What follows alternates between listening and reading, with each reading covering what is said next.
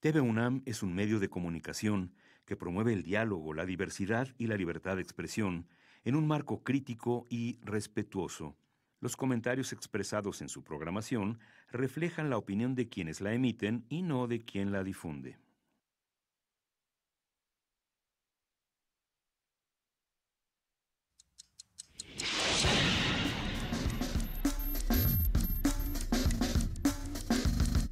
Primer movimiento. El mundo desde la universidad.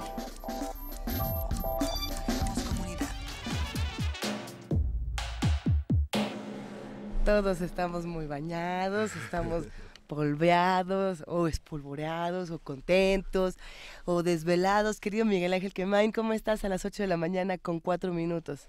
Hola, buenos días, Buenos Luisa días. Iglesia. Buenos días a nuestros televidentes de Radio UNAM. Venimos de una larga y corta hora de trabajo en Radio UNAM. Larga porque las horas son largas, corta Sí. porque estuvo re buena. Sí, Estuvo buenísimo. Sí, muy interesante. Estuvimos hablando en esta primera hora sobre el hermafroditismo y en la naturaleza, hablando de distintos organismos que se reproducen, que sus relojes biológicos detonan en momentos de acoso de la naturaleza. Y con Dalia ya le estuvimos hablando, ella es bióloga de la UNAM, y estuvimos hablando sobre este tema. Y bueno, tenemos un programa muy rico, Luisa. Hoy vamos a tener un montón de cosas. Les contamos que en esta segunda hora vamos a estar hablando precisamente sobre la pendiente designación del fiscal electoral.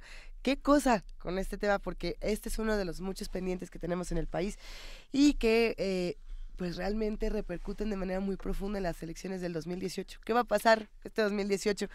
Se nos fue tan rápido el año. Bueno, por lo menos a mí y del 90% de los seres que conozco este año no les supo pero ni a nada, pero ni a nada, nomás a pura desazón. Sí. Pues vamos a ver qué hacemos para cerrar este año y que sea diferente. Y tenemos el tema de Irlanda y el Brexit. Vamos a discutir este tema tan importante en el destino de Europa. Así es. Con Luis Guacuja, él es responsable del programa de estudios sobre la Unión Europea y del posgrado de la UNAM. Y tendremos mucho más que seguir discutiendo aquí en Primer Movimiento. Quédense con nosotros, estamos en @PMovimiento para que nos escriban en diagonal Primer Movimiento UNAM, en el teléfono 55 36 43 39, y nos da muchísimo gusto, como lo hacemos cada mañana, mandarle un gran abrazo a toda la familia de TV UNAM, que nos pueden ver en el canal 120, nos pueden ver en el canal 20 de TV Abierta, a la familia de Radio UNAM en el 860 de AM, en el 96.1 de FM, bueno, a ver en dónde. En el Facebook Live nos pueden encontrar también en radio.unam.mx, en tv.unam.mx, y para ir amaneciendo con un poquito más de ritmo, para irnos poniendo de buenas o de malas y para hablar de lo que el lunes significa para muchos de nosotros. ¿Qué escucharemos, Miguel Ángel? Vamos a escuchar Blue Monday de New Order. ¿La mejor banda de todas las bandas? ¿De todas las bandas?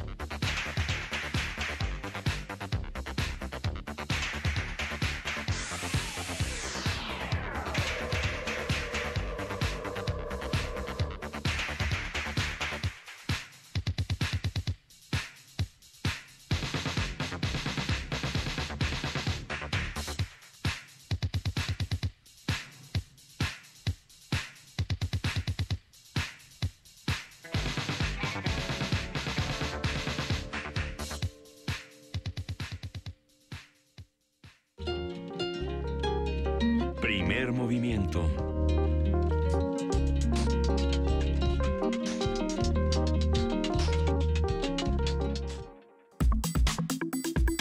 Nota nacional. Lorenzo Córdoba, consejero presidente del Instituto Nacional Electoral, urgió al Congreso de la Unión a nombrar al nuevo titular de la Fiscalía Especializada para la Atención de los Delitos Electorales, FEPADE.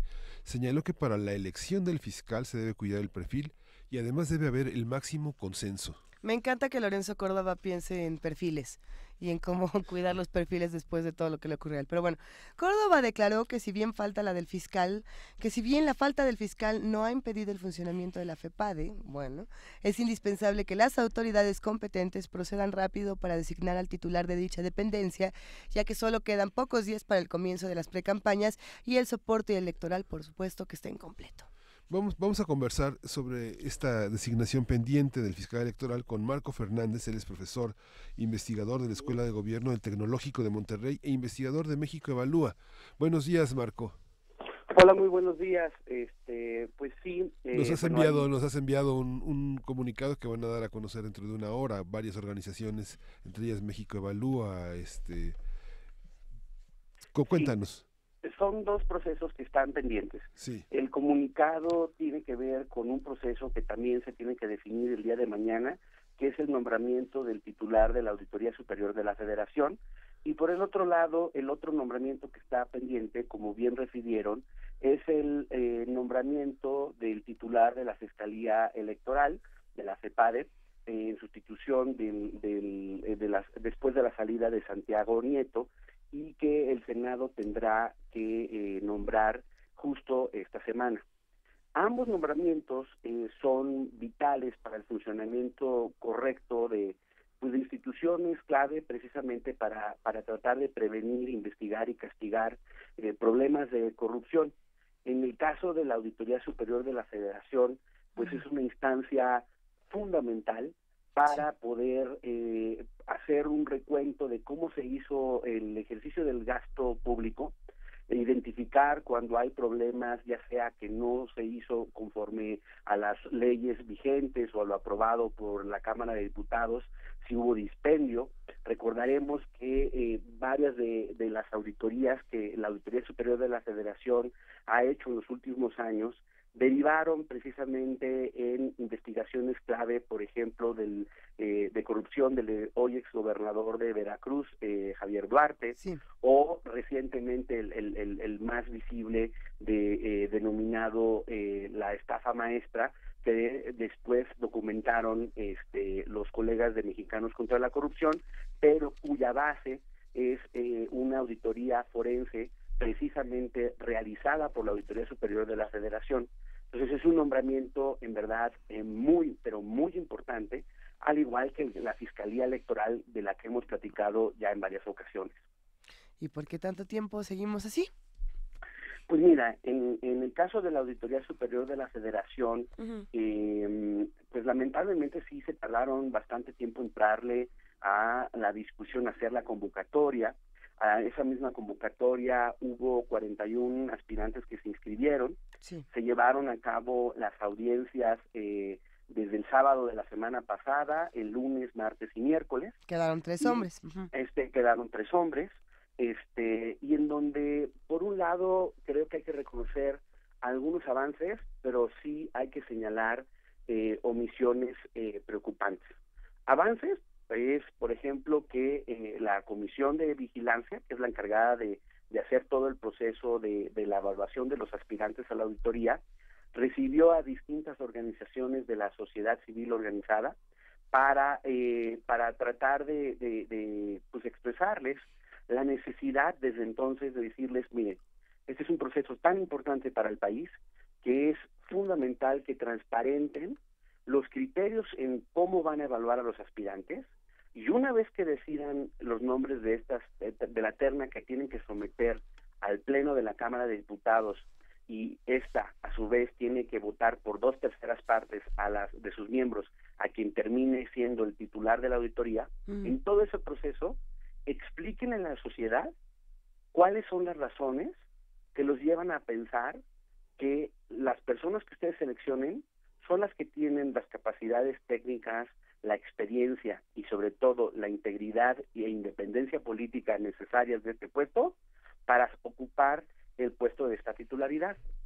Nos recibieron, dijeron que nos invitaban incluso a ser testigos, a acompañar el proceso de las audiencias, de estas 41 audiencias, y ahí estuvimos distintos miembros de la academia y la sociedad civil. Ajá. Incluso aceptaron los diputados que se prepararan una serie de cuestionamientos que se metieron en una denominada urna ciudadana y que al azar se seleccionaba una pregunta para cada uno de los aspirantes, además de las preguntas que los propios diputados les tenían a estos aspirantes. En las presentaciones, que lamentablemente fueron muy cortas, porque pues lamentablemente los diputados hicieron las cosas al cuarto para la hora, es decir, ya finalizando el periodo de sesiones, y entonces solamente los aspirantes tenían 10 minutos rápido para platicar cuál era su perspectiva de la Auditoría Superior de la Federación, cuáles eran los alcances del Sistema Nacional Anticorrupción, las propuestas que tenían para mejorar el desempeño de la auditoría y el por qué se consideraban la persona idónea, para ocupar la Auditoría Superior de la Federación. ¿Cuáles son los problemas que nosotros vemos después de todo este proceso, una vez que el jueves la comisión la comisión de vigilancia de la Cámara de Diputados anuncia la terna? Pues que no hicieron justo lo que pues uno esperaría en un proceso democrático, que es explicar el cómo llegaron a los nombres de estas tres personas. Sí, fue un proceso en el que ahorita los miembros de la comisión los votaron por unanimidad.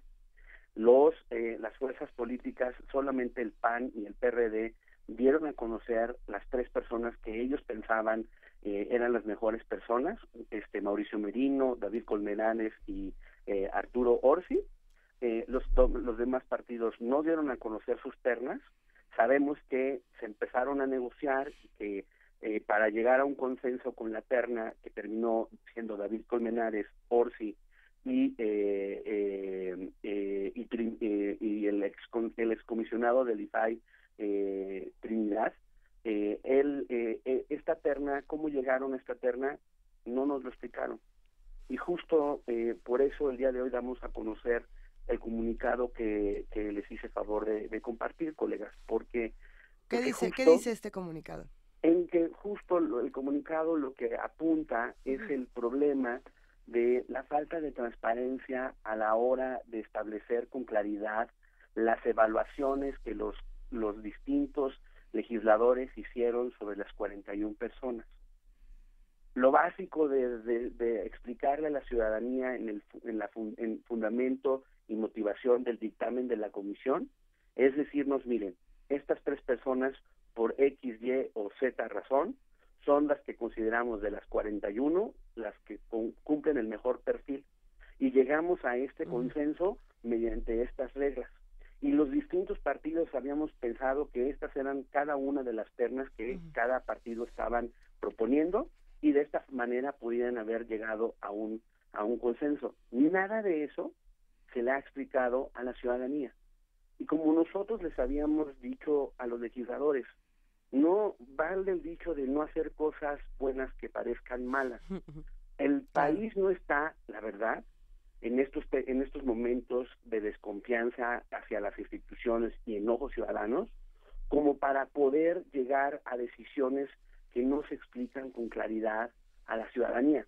Habían hecho cosas importantes, sí, y se los reconocemos, los legisladores, de transmitir en vivo las audiencias, de incorporar las preguntas ciudadanas, pero lo fundamental, que es decir, bueno, a ver, nosotros estamos evaluando a las personas con base en estos criterios y pensamos que estas son las ideales y cumplen el mejor perfil porque tienen una idea clara de cuáles van a ser los retos de la auditoría y cómo los van a afrontar.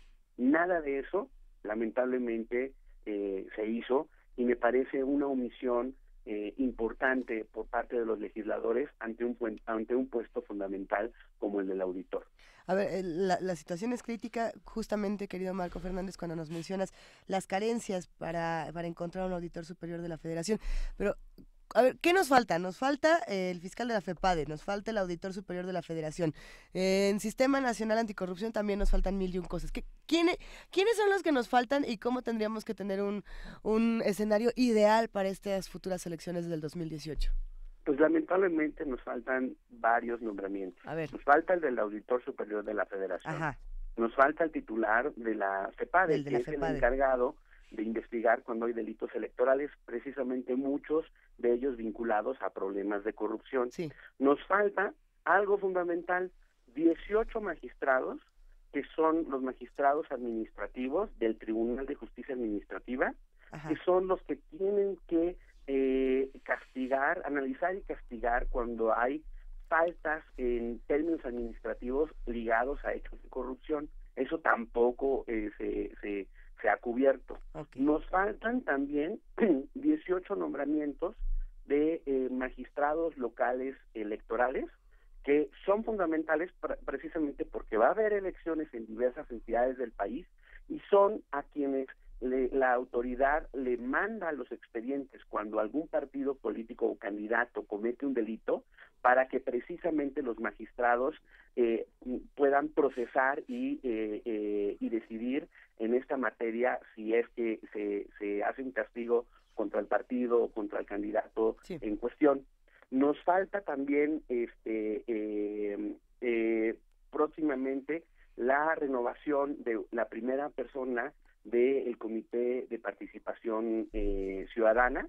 Bueno. Hay una convocatoria que está ahorita en vigencia y que se tendrá que procesar en enero.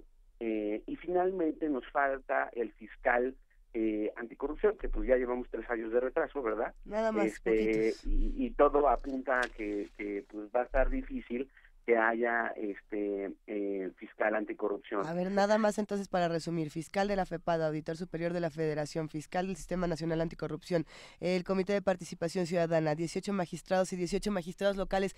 Eso nada más para tener un panorama medianamente decente en las elecciones del 2018, porque de ahí habría que discutir que cada uno de estos nombramientos haya sido de la manera en la que se tenía que haber realizado, que es lo que están señalando precisamente desde este comunicado, querido Marco Fernández. ¿Y entonces qué?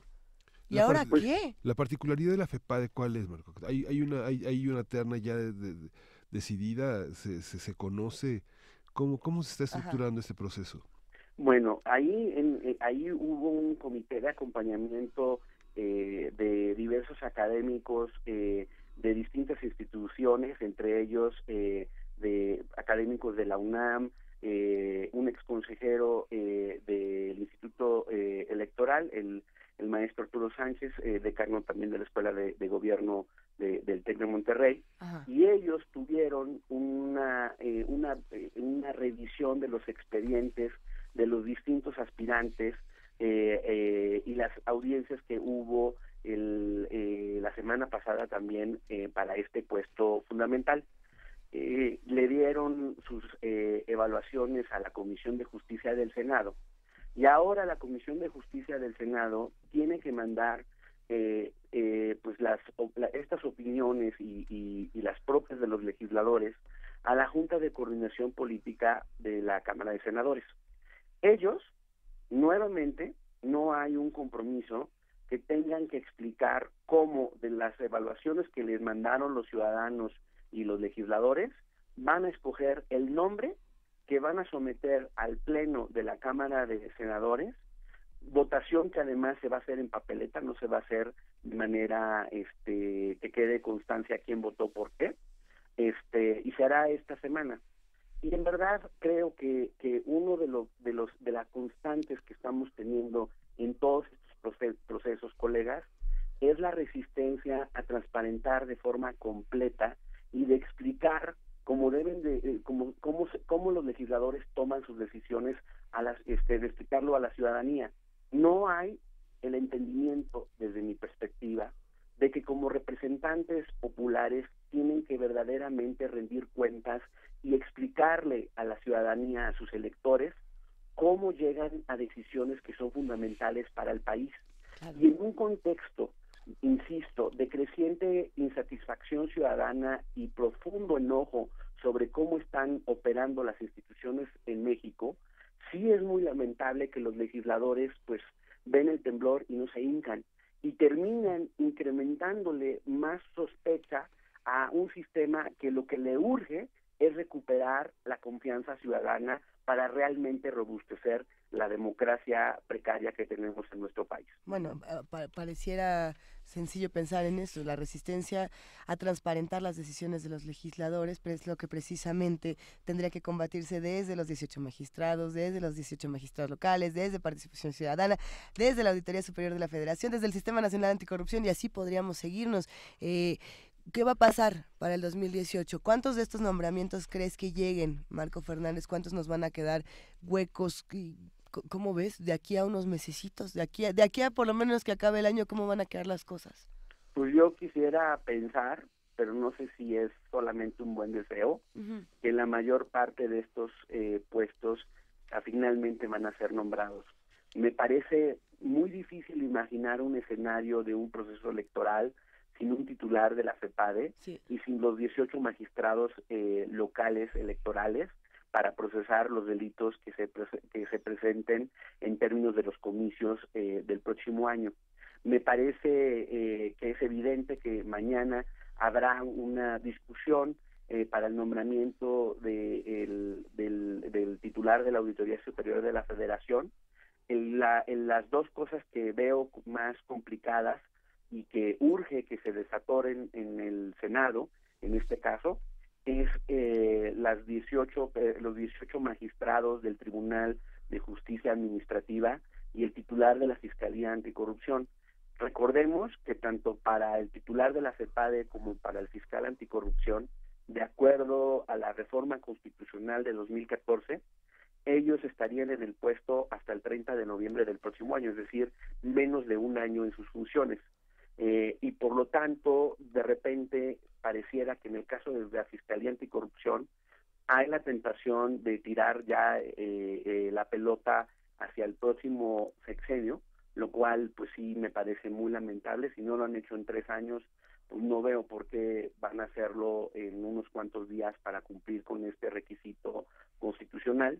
Y en el caso de la parte electoral, sí creo que el costo político sería enorme de irnos a una elección sin tener titular de la FEPADE. Lo cierto es que en el caso de la FEPADE, con franqueza, colegas, después de todo lo que pasó con Santiago Nieto, me parece que cualquier persona que ocupe la titularidad de esta institución la va a tener cuesta arriba, pues porque sabe, en el fondo, que si se avienta a hacer investigaciones profundas de violación al código electoral o a los códigos locales y documentar procesos de clientelismo, compra de votos, desvío político de programas que tendrían que ser por criterios técnicos y no usarlos electoralmente, que cualquiera que trate de documentar eso puede desatar la ira de la clase política y le pueden volver a mostrar la puerta.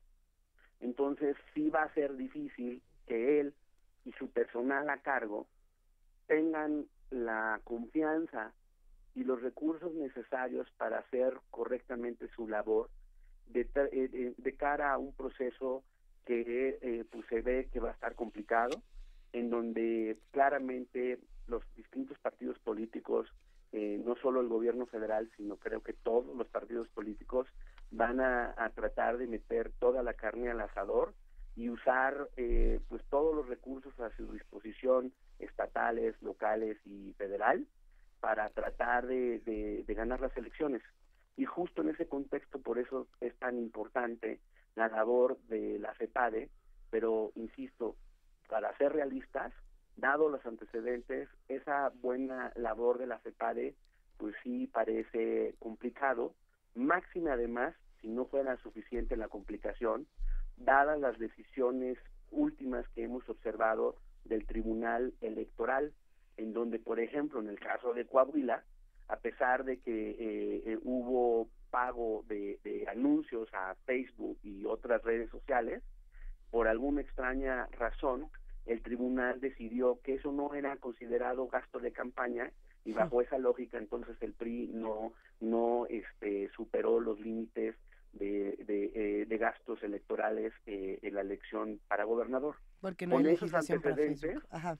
Pues con esos antecedentes, pues yo creo que sí está como medio difícil, la verdad, que tengamos un resultado óptimo por parte de la FEPADE. Espero equivocarme, pero con realismo yo lo veo color de hormiga. Con realismo el panorama suena bastante desalentador. Marco Fernández, ¿qué preguntas nos han hecho los medios de comunicación? ¿Qué no está atendiendo la sociedad? ¿O qué podríamos reconfigurar entre los que estamos del otro lado para que eso no sea lo que nos espere? Pues yo creo que por eso es tan importante que los distintos medios de comunicación traten de hacer su trabajo de manera crítica, propositiva, independiente, de hacer mucho periodismo de investigación que documente cuando haya malas acciones de los distintos gobiernos de los diferentes partidos. Hay en algunos casos, y así lo ha documentado mis colegas de Artículo 19 y de Fundar, dificultades para lograr estas funciones que uno esperaría de la prensa en cualquier país democrático, debido a que muchos medios de repente entran en problemas de conflicto de interés por la publicidad gubernamental que reciben de forma discrecional por parte del gobierno federal y de los gobiernos en los estados y los municipios, lo cual lleva muchas veces a esta idea que es muy famosa de decir que no les pagan para que les peguen, ¿verdad? Sí. Entonces, esperemos que los medios que no están en esa lógica logren realmente con toda la responsabilidad necesarias asumir su papel que tienen que tener en toda democracia como contrapeso del poder y señalar con puntualidad cuando existen violaciones a la ley. En el caso, creo también de la ciudadanía, pues las redes sociales sí abren una ventana de oportunidad sin sobredimensionarla para tratar de documentar cuando ellos son testigos de estas prácticas de clientelismo, compra de voto, desvío de político de los programas sociales.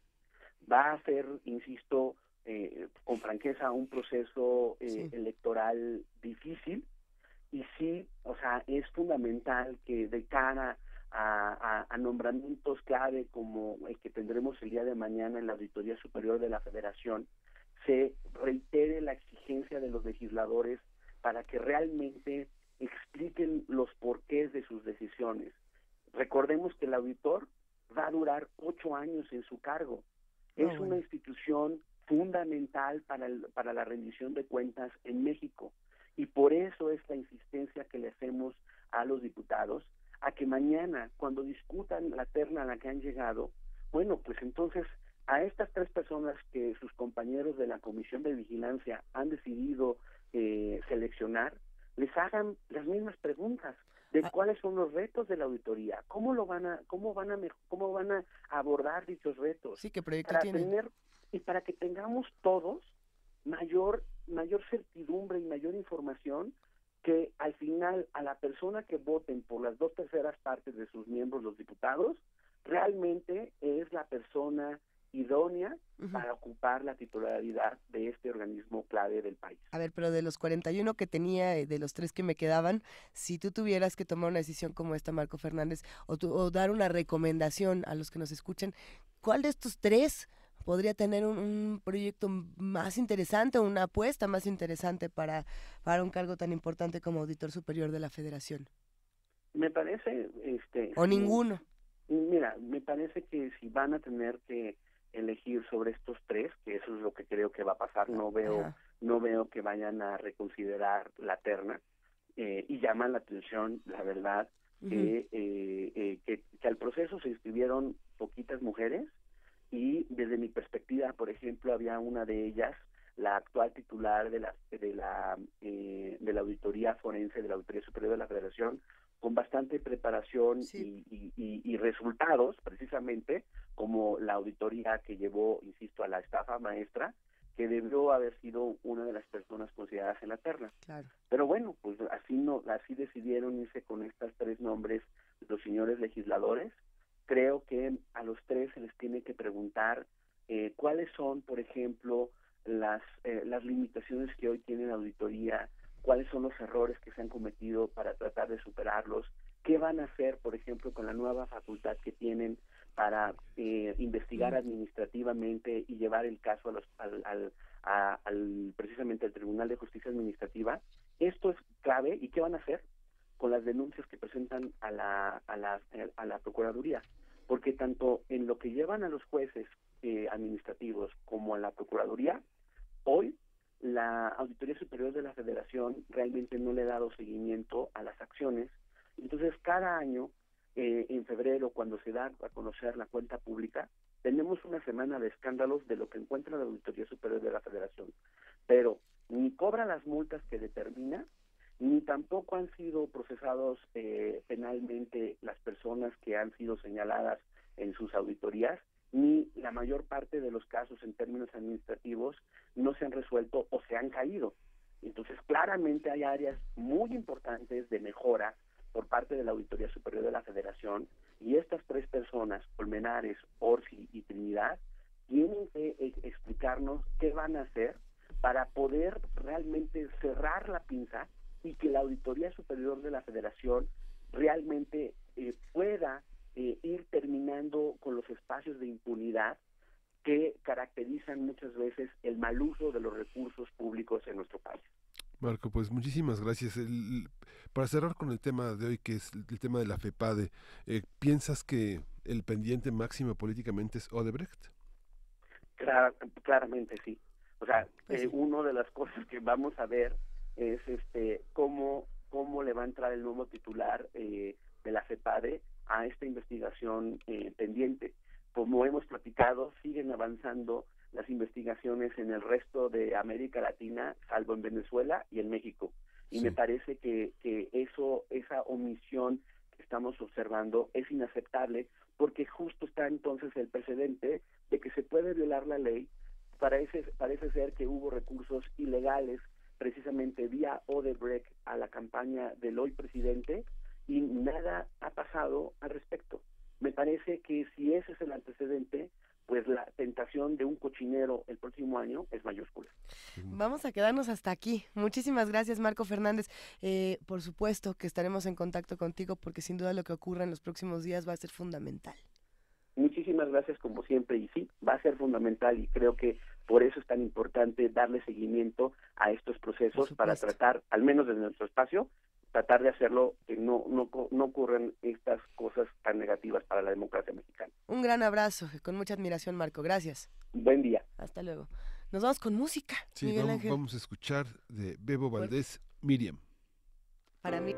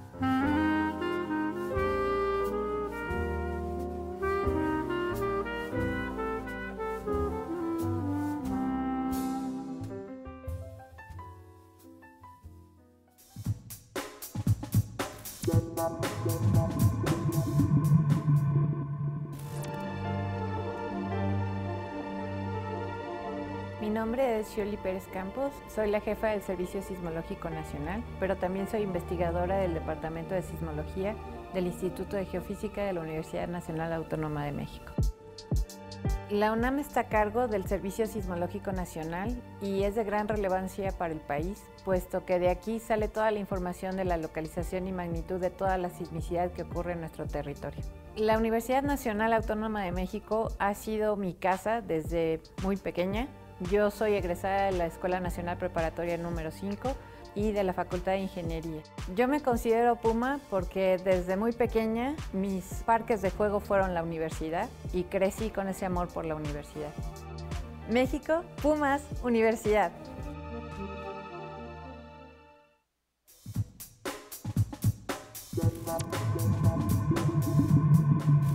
Yo me llamo Fabián Romo Zamudio, soy el director de Sistemas y Servicios Institucionales en la Dirección General de Cómputo de Tecnologías de Información y Comunicación de la UNAM, y nuestra función principal es proveer de todos los servicios básicos de infraestructura, de hardware y de software a la comunidad universitaria.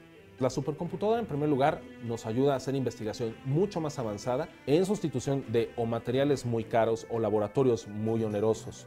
La UNAM a mí literalmente me ha dado la vida. Más allá de mi madre y de mi padre, la UNAM para mí es mi vida. Decidí desde hace mucho tiempo comprometerme con la institución. Es lo más fantástico que me ha pasado, en todos los sentidos, porque es su diversidad, es esta pasión por el conocimiento, por la inclusión, por el respeto a los demás. Todo su esquema ético me parece sin lugar a dudas que es de lo mejor que hemos creado como nación.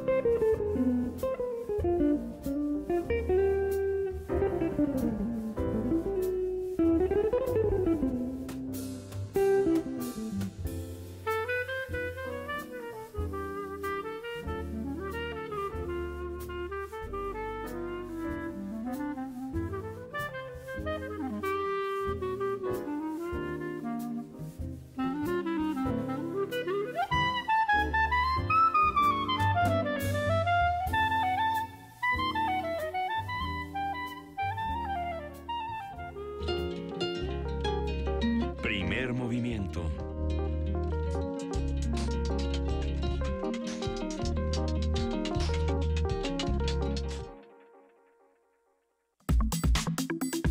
Nota internacional.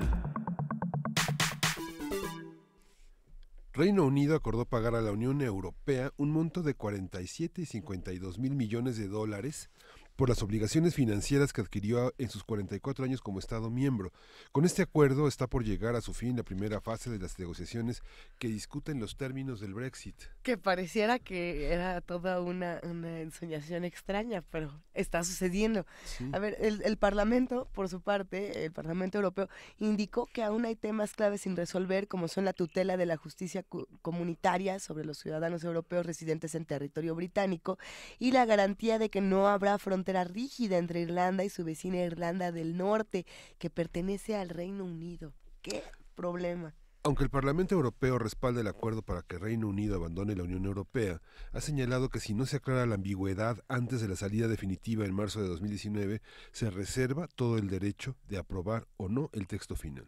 Y bueno, para hablar sobre el proceso del Brexit y los temas aún no resueltos por el gobierno de la primera ministra británica Theresa May, ay pobre Theresa May, nos acompaña Luis Guacuja, responsable del programa de estudios sobre la Unión Europea del posgrado de la UNAM. ¿Cómo estás, querido Luis Guacuja? Buenos días.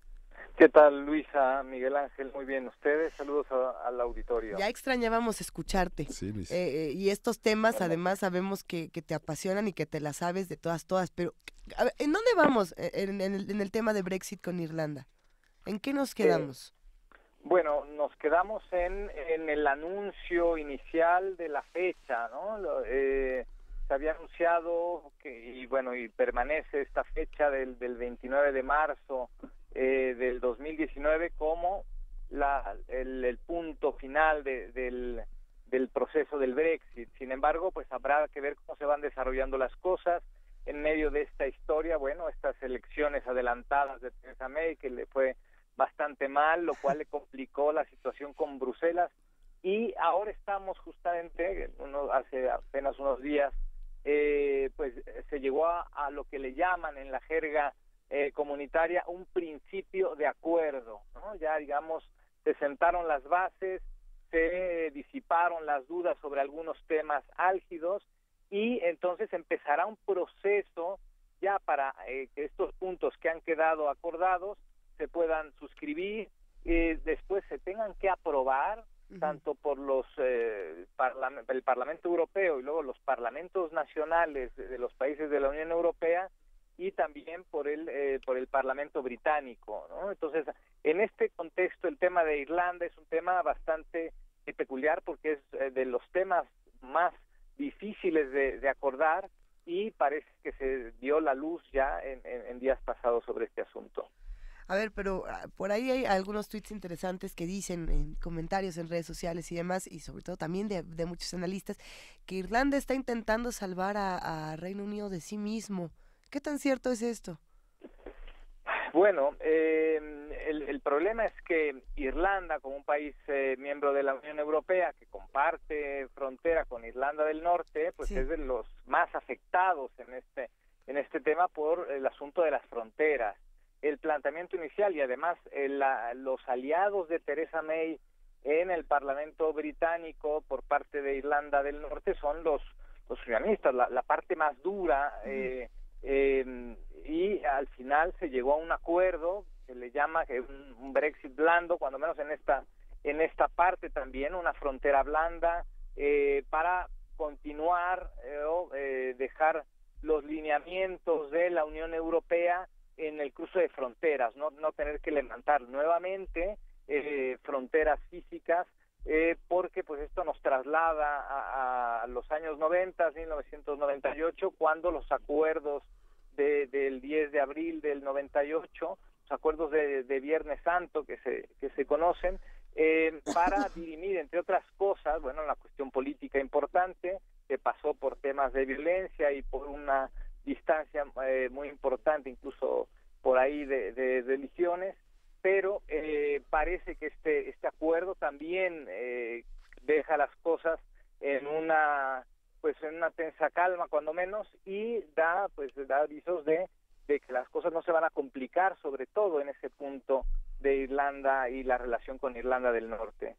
Sí. ¿Y hay mecanismos jurídicos concretos que la Unión Europea puede aplicar para proteger a sus ciudadanos en esas entidades, tanto en Inglaterra, en Reino Unido, como en Irlanda del Norte, por ejemplo? Bueno, este fue otro de los puntos donde se llegó a un acuerdo también, cómo van a quedar los derechos, ¿no? Los derechos de las personas, si podían transitar, si podían conservar algunos derechos, porque una de las partes central de la discusión del Brexit es el tema de las libertades que implica el mercado interior europeo, en lo cual pues Reino Unido se aleja, pero pues hay fórmulas como las que se tiene con países que no son parte de la Unión Europea, pero sí son los miembros de la Asociación Europea de Libre Comercio, Liechtenstein, Noruega, Islandia y Suiza, y que comparten muchos temas con la Unión Europea, y por eso se habla del espacio económico europeo cuando hablamos de la Unión Europea y de los países de la Asociación Europea de Libre Comercio. Y aquí están las alternativas que tiene Reino Unido para una relación a futuro con la Unión Europea, donde habrá seguramente pues acuerdos que faciliten el comercio. El caso de Irlanda con Irlanda del Norte es una situación excepcional, donde digamos sería una suerte de espacio virtual, digamos, donde el Brexit pues no se aplica totalmente y permanece esta relación comercial y sobre todo el tema del cruce de fronteras con Irlanda e Irlanda del Norte. Esto, bueno, todavía falta las rúbricas y que esto se apruebe por los 27 países de la Unión Europea en la relación con Reino Unido, y luego el tema parlamentario, que no será fácil, pero este principio de acuerdo sí da optimismo a a las partes involucradas, ¿no? Porque ya no solo estamos hablando del Reino Unido, sino de Irlanda como país miembro de la Unión Europea, y la parte de Irlanda del Norte, que es parte del Reino Unido, ¿no? En todo este rompecabezas europeo, que pues es un dolor de cabeza el Brexit, y lo seguirá siendo hasta que pues no quede todo ya sobre el papel y aprobado por la vía parlamentaria. A ver, por aquí tenemos algunos comentarios, tenemos preguntas. Yo me quedé pensando en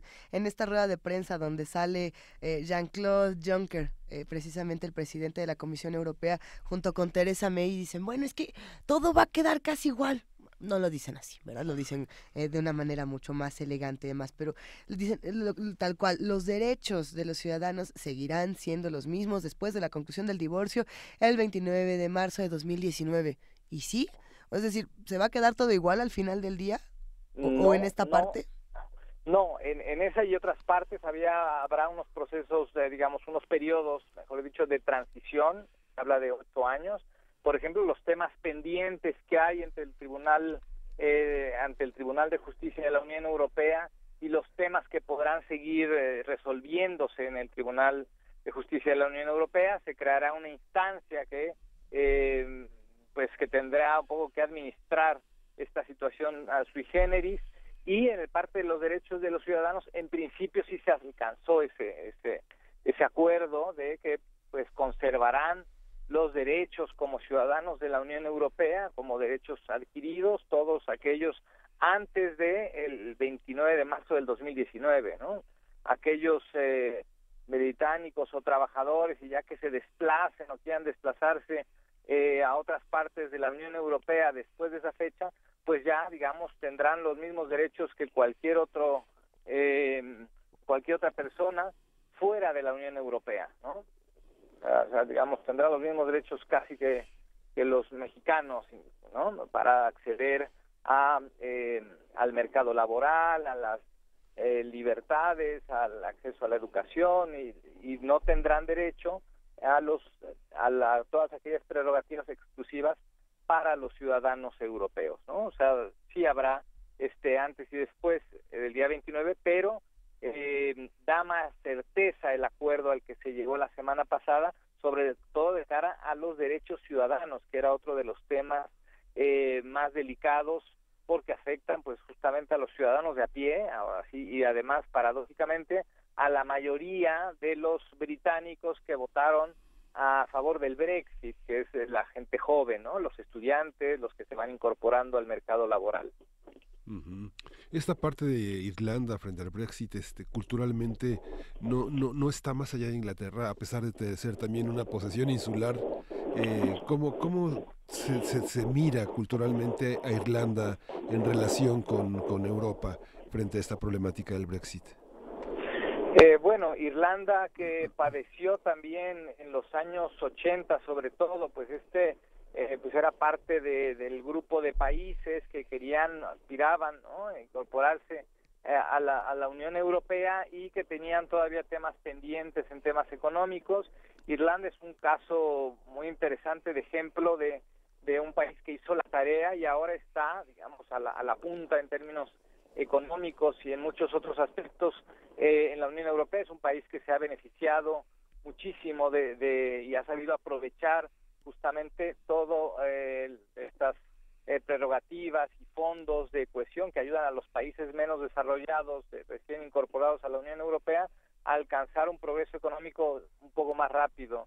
Irlanda lo ha hecho muy bien, es un caso de éxito, aunque pues todavía la crisis económica de hace 9 años pues todavía está por ahí, ¿no? También le afectó, hay temas que también es de los países que tuvieron algunas dificultades, pero que también ha salido avante, ¿no? Entonces, el caso de Irlanda del Norte, que de alguna manera también en el contexto del Brexit y del trago amargo y del trauma que ha significado para la Unión Europea, pues bueno, es como conservar ahí una parte de la influencia europea, de la Unión Europea en Irlanda, ¿no? Por la cercanía física que tiene con el Reino Unido, y por la cercanía histórica también que tiene con todos las regiones que forman parte del Reino Unido, de la Gran Bretaña e Irlanda del Norte. Vamos a ir cerrando esta conversación, querido Luis Guacuja. ¿Con qué conclusiones nos quedamos hasta este momento para continuar con una discusión más adelante? Pues yo diría que un respiro en esta Europa tan convulsa, que sigue dando dolores de cabeza, pero todo queda ahí, sostenido con pinzas. El Brexit está ahí, qué bueno que hubo un acuerdo, pero está sostenido con pinzas. Qué bueno que ganó Angela Merkel, pero también ese triunfo queda sostenido con pinzas. Hay muchos temas no resueltos, Alemania, Francia, España y Cataluña, en fin. Me parece que la Unión Europea tiene que ir más allá, tiene que un poco recordar que es una unión de gobiernos, sí, de estados, pero la causa principal y el motivo debe ser los ciudadanos, las personas. Y creo que esto se ha dejado de lado desde hace años y lo que estamos viendo son las consecuencias de malas decisiones y, como lo hemos repetido más de una ocasión, de falta de liderazgos en Europa. Nos están quedando cortos nuestros líderes en Europa. Así es, sin duda. Pues lo vamos a seguir platicando. Luis Guacuja, responsable del programa de estudios sobre la Unión Europea del posgrado de la UNAM. Gracias por siempre tenernos tan informados de todo lo que ocurre en otras latitudes. Te mandamos un gran abrazo. Gracias a ustedes y un abrazo de vuelta. Y nos vamos ahora, vamos a ir a una pausa, a una breve pausa aquí en Primer Movimiento, no sin antes hacer la invitación, querido Miguel Ángel Quemain, a que nos escriban, a que nos llamen a La Pastorela. Sí. Tú ya leíste el texto de La Pastorela que tenemos aquí en Primer Movimiento. Ya lo volví a leer después de que lo leímos juntos y nos divertimos mucho haciéndolo juntos. La verdad, qué bueno que esta oportunidad recae sobre nuestros radioescuchas, pero bueno, yo me muero de ganas de ser varios de los personajes que están ahí. Está divertida, es una pastorela poco convencional, como ustedes ya, a lo mejor ya la leyeron, está en Dropbox y la pueden encontrar en la cuenta de Twitter de Primer Movimiento, que es @PMovimiento, o en la cuenta de Facebook, que es /Primer Movimiento UNAM. El texto se llama De Ángeles, Chamucos y Hippies, un cuento de Navidad. Y bueno, es una pastorela que tratamos aquí en Primer Movimiento de que fuera poco convencional. El año pasado ya hicimos un ejercicio muy similar en el que los radioescuchas que hacen comunidad con nosotros se vinieron para acá, Adolfo Prieto 133, y en la sala Julián Carrillo nos estuvimos divirtiendo como enanos haciendo esta representación.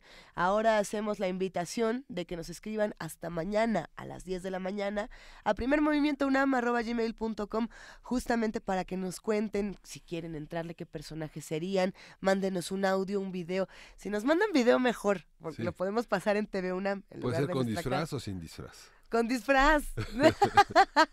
Habrá que preguntar cómo nos vestiríamos de hippies. Bueno, nosotros nos vamos a venir muy, muy hippies el día de la pastorela. O muy chamucos. ¿Muy chamucos? Bueno, hay dos personajes que son niños. A ver si hay niños también que quieren entrar justamente al proceso de la pastorela. Vamos a estar completamente en vivo en la sala Julián Carrillo, que es aquí en Radio UNAM, transmitiendo de 7 a 10 de la mañana. Y si no me equivoco, TV UNAM por única ocasión va a estar también desde las 7 de la mañana transmitiendo en el canal 120 y en el 20 de TV abierta, lo cual nos da siempre muchísimo gusto. Sí. Pero pues nos vamos a la pausa y ya volvemos. Primer movimiento. Hacemos comunidad.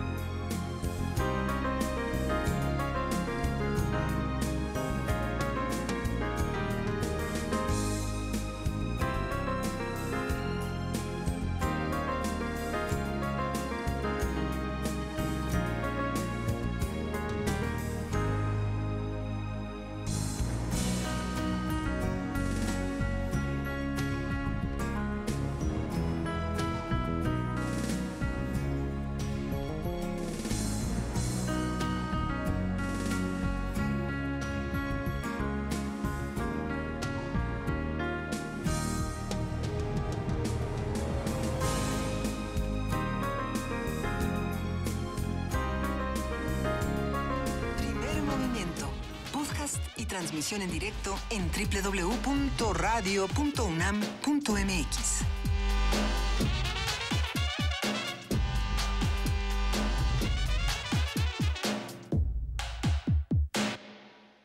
Regresamos a esta tercera hora de Primer Movimiento, son las 9:03 de la mañana y ya estamos nuevamente aquí, Luisa. Así es, querido Miguel Ángel Quemain. Volvemos a saludar a nuestros amigos de TV UNAM, a nuestros amigos de Radio UNAM, y bueno, pues seguimos discutiendo muchas noticias. Hay algunas que nos causan una gran sonrisa. Estábamos hablando del tema de la pastorela, estábamos hablando de algunas cosas tranquilizadoras del Brexit, no tan tranquilizadoras, pero que bueno, dicen, ok, qué bueno que hay acuerdos, pero hay otras que no, que era lo que decíamos, ¿no? El tema de lo que está ocurriendo con el fiscal anticorrupción, el tema de la FEPADE, el tema de la Auditoría Superior, son tantos los huecos que tenemos para una futura elección en 2018 que por supuesto que nos tienen a todos bastante tensos. Sí, los tiempos de decisión en el legislativo pues son ya muy cortos, se aplazó la aprobación de la Ley de Seguridad Nacional, sin embargo tiene que ser ya en estos días. Es complejo, sigue el debate sobre la militarización que provoca la ley y el señalamiento de las autoridades respectivas, señalando que muchos de los gobernadores solicitan la presencia del ejército para resolver conflictos internos que sus policías no logran resolver y acuden a las Fuerzas Armadas. Hay todo un debate complejo y muchos antecedentes problemáticos que han llevado a que la falta de un marco normativo de las Fuerzas Armadas en la resolución de conflictos entre civiles esté presente, desgraciadamente. Hay muchas cosas que seguir discutiendo. Por aquí, querido Miguel Ángel, nos están escribiendo para preguntarnos lo que está ocurriendo precisamente en Manhattan, en la explosión en la calle 42 y la Octava Avenida en Manhattan. Sí, se está reportando que, por aquí, se reporta que el alcalde de Nueva York está diciendo que sí es un ataque terrorista. Vamos a tener más información, pero por lo pronto, hasta que no tengamos todo el contexto de lo que está ocurriendo, no nos aventuraremos nada más a dar la nota. Probablemente el día de mañana tengamos a un experto en este tema, un académico experto que nos puede explicar exactamente qué es lo que está ocurriendo.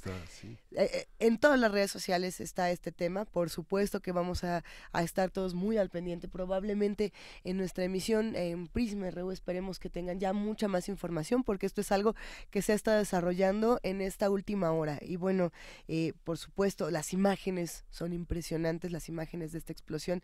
Como siempre se abre este debate, querido Miguel Ángel, de qué sí mostramos y qué no mostramos en la pantalla, qué compartimos de estos problemas en redes sociales y qué no. Entonces, ahí una vez más tenemos este dilema, ¿para qué nos están funcionando las redes? Sí, yo creo que hay que atenernos a la ley, ¿no? Es lo que finalmente la ley es lo que marca el estado de madurez de una sociedad para poder observar en los medios lo que imágenes que son a veces aterradoras e inolvidables. Lo que sucede es el tema de la protección que tenemos que tener hacia en todos sentidos hacia las personas que no pueden entender propiamente lo que se está desarrollando en la pantalla, como son los niños, por ejemplo. Las imágenes que son incomprensibles y que resulta incluso para un adulto difícil explicarlas. Pero lo único que nos protege es la ley, es ahí donde debe de estar.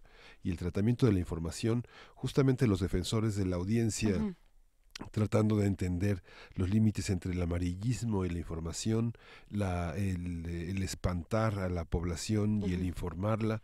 Yo creo que esos límites son los que precisamente día con día nos estamos, todo el tiempo estamos frente a esos dilemas de la información. Así es, querido Miguel Ángel. Por aquí justamente se va ampliando la información de lo que está ocurriendo. El alcalde de Nueva York confirma que se trata de un intento de ataque terrorista. El arrestado portaba un artefacto explosivo casero y resultó herido. Ya identifican a este sospechoso como Akayed Ullah, de 27 años. Y ahí venimos una vez más a discutir el tema de la discriminación, el tema de la marginación, el tema de todos los terroristas vienen de dónde, cómo se insertan en la realidad de los Estados Unidos. No es lo mismo un lobo solitario que tenemos en un edificio en Las Vegas a una explosión en Nueva York. No es lo mismo una persona que tiene una pistola, que tiene un dispositivo. Pero ¿en qué se parecen? ¿O en qué podemos ligar todos estos ataques violentos que se están viviendo en los Estados Unidos en los últimos meses y en los últimos años? Tendremos que seguirlo discutiendo. Por lo pronto, ¿qué les parece si arrancamos esta segunda hora, además de discutiendo estos temas tan importantes, con música? ¿Vamos a escuchar música a continuación o nos vamos directo a Poesía Necesaria? Vámonos a Poesía Necesaria. ¿Qué tanto nos surge en un momento tan difícil como este?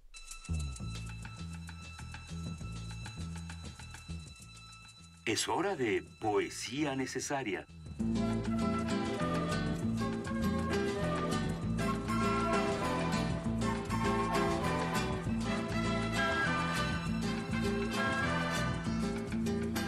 porque la canción iba con el poema. Por eso mejor nos la traemos a Poesía Necesaria, querido Miguel Ángel. Okay. El tema de hoy, bueno, esta última y tercera hora de primer movimiento, es el de las drogas y las emociones. Pensando no solamente en la parte bioética de esta discusión, también hay una parte, que ya le hemos dicho, gastronómica, hay una parte artística, hay una parte, por supuesto, poética, y son muchos los autores que han entrado al tema de las drogas, no solamente como escribir sobre drogas, sino los portales que se pueden abrir o las reflexiones que se pueden tener en un estado alterado. Por supuesto que vamos a hablar de los beats en Poesía Necesaria y no vamos a hablar ni de Kerouac ni de los que ya tenemos más naturalizados o los más famosos. Hay un poeta beat que a mí me gusta muchísimo, te cuento, Miguel Ángel. Sí. Él se llama Lawrence Ferlinghetti. Ferlinghetti. Y algunos dicen que es el último de los beats. Él vivió mucho tiempo en nuestro país y ha estado metido en toda clase de controversias violentas, de drogas, de mal viajes, de sustos. Pero tiene un arsenal poético bastante rico. Me gustaría combinar precisamente la voz de Lawrence Ferlinghetti con las muchas voces de Pigface. Pigface es una banda, qué curiosidad, qué bueno que uno tiene el primer movimiento para compartir estas locuras, pero Pigface es una de las bandas fundadoras de la música industrial, y más allá de eso, lo que sí defendían en diferentes álbumes era el uso de las drogas para expandir la conciencia y para experimentar otro tipo de estados. Entonces, partiendo de ahí, Lawrence Ferlinghetti, quien también es un autor bastante político, tiene un poema que se publica en esta página que a mí me parece maravillosa, el Festival de Poesía de Medellín, donde uno encuentra materiales inagotables, rarísimos. Bueno, ahí se publica la poesía como un arte insurgente. Esto se publica en castellano porque hay otras versiones. Tiene, por supuesto, un pequeño fragmento de Yeats, pero para que podamos entrarle a este poema que es largo y leamos un fragmento, pues empecemos. Te estoy enviando señales a través de las llamas. El polo norte ya no se halla donde solía estar. El destino manifiesto ya no se manifiesta. La civilización se autodestruye. Némesis golpea a la puerta. ¿Para qué sirven los poetas en épocas como estas? ¿Cuál es la utilidad de la poesía? La condición del mundo pide auxilio para que la poesía lo salve. Si aspiras a ser un poeta, crea obras capaces de responder al desafío de los tiempos apocalípticos, aun cuando esto signifique que tu tono sea apocalíptico. Tú eres Whitman, eres Poe, eres Mark Twain, eres Emily Dickinson, eres Edna St. Vincent Millay, eres Neruda, eres Mayakovsky, Pasolini, eres un norteamericano o un extranjero. Puedes conquistar a los conquistadores con palabras. Si aspiras a ser un poeta, escribe periódicos vivientes. Sea un reportero del espacio exterior que envía a sus despachos a algún editor supremo que cree en la totalidad de la revelación de los hechos y tiene un bajo umbral de tolerancia ante la mentira y sus mierdas.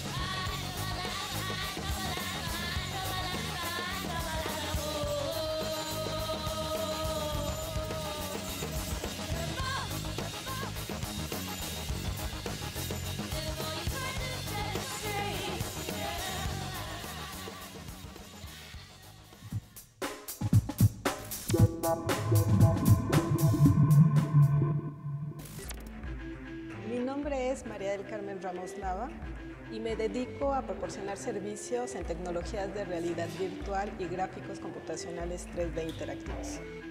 Es importante que en la UNAM se tenga al grupo de expertos que pueda facilitar que la comunidad pueda hacer uso de esta tecnología.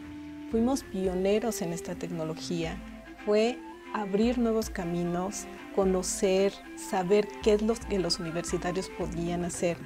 A mí la UNAM me ha dado todas las oportunidades para poder poner en concreto los proyectos que yo imaginaba, que yo soñaba que podíamos hacer con estas tecnologías. Y en la UNAM encontré este universo donde todo es posible.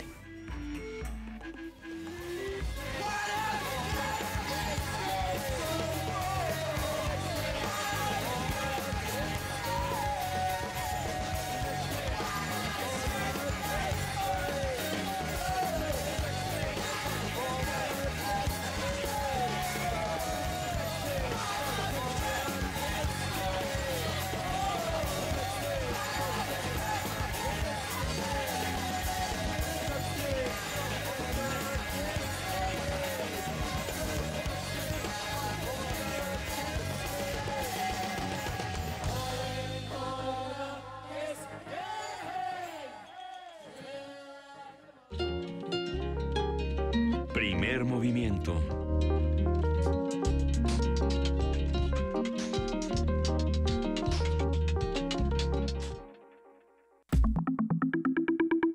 La mesa del día.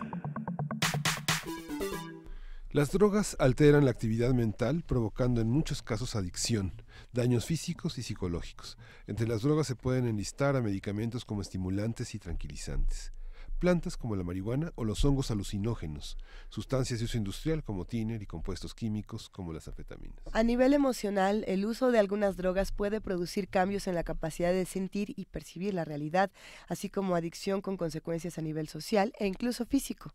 Para María Elena Medina Mora, una misma sustancia puede tener efectos variables en distintas personas. Por ello, la experta considera necesaria la creación de modelos de atención de las adicciones basados en circunstancias que son propias de los pacientes. Y bueno, para hablar sobre las drogas y las emociones desde un punto de vista académico distinto al que habíamos tenido la semana pasada, para escuchar todas las voces, nos acompaña esta mañana la doctora Lidia Barragán Torres. Ella es coordinadora del Centro de Prevención de Adicciones Dr. Héctor Ayala Velázquez de la Facultad de Psicología de la UNAM. Y bueno, nos da muchísimo gusto que nos acompañes, Lidia, bienvenida. Gracias, buenos días. Al contrario, agradecerles la invitación y pues compartir y comentar sobre este tema tan importante que es como la afectación en el estado emocional de los individuos que consumen drogas propicia una serie de alteraciones. Por favor, cuéntanos un poco más. Vemos que el problema es complejo. Los cambios y alteraciones van a ser a diferentes niveles, tanto en lo neurofisiológico, es decir, cambios en qué sustancias químicas se están propiciando en el cerebro y bueno, también algunas de estas que son las que conocemos y que hemos oído, por ejemplo, dopamina, serotonina, noradrenalina. ¿Cómo afecta esta liberación de estas sustancias? Lo que tiene que ver con experimentar sensaciones placenteras. Las personas dejan de sentir este agrado o este bienestar al realizar actividades que antes les resultaban agradables. Entonces, hay esta pérdida de sensaciones agradables. La fuente de placer deja de colocarse en otro tipo de actividades y cobra fuerza el obtener placer con el consumo de la sustancia. Pero también como otras sustancias alteran a nivel cerebral estas emociones, lo que tiene que ver con emociones de agresión, con impulsividad, con sensaciones y alteraciones de ansiedad, pero también la alerta y la vigilia. A nivel psiquiátrico también tenemos alteraciones y estas alteraciones, hay que subrayarlo, pueden presentarse aun y cuando el trastorno por consumo de drogas sea leve, que puede ser también moderado y grave. Pero desde el nivel leve ya pueden presentarse otros trastornos psiquiátricos relacionados con alteraciones emocionales. ¿Qué tipos de alteraciones psiquiátricas? Tenemos trastorno de depresión, trastorno de ansiedad, bipolar, trastorno de estrés postraumático y también autolesión y suicidalidad. En cuanto a lo psicológico, también tenemos alteraciones. Entonces, identificamos, por ejemplo, síntomas de depresión que tienen que ver con que ya hay dificultad para llevar a cabo las actividades, baja la energía. La persona se tiene que forzar para realizar las actividades. No hay metas, se pierden las metas. Por otro lado, se dificulta atención y concentración, que tiene que ver también con dificultad para tomar decisiones. Los pensamientos que trae la persona a su mente tienden a ser pensamientos negativos, como se me dificulta hacerlo, no voy a poder lograrlo, hago las cosas mal, pierde la confianza en sí mismo, también esta parte de la autoeficacia se ve afectada y por lo tanto la persona empieza a ya no tener seguridad en la toma de decisiones, en lo que hace. Las acciones están más dirigidas por las emociones.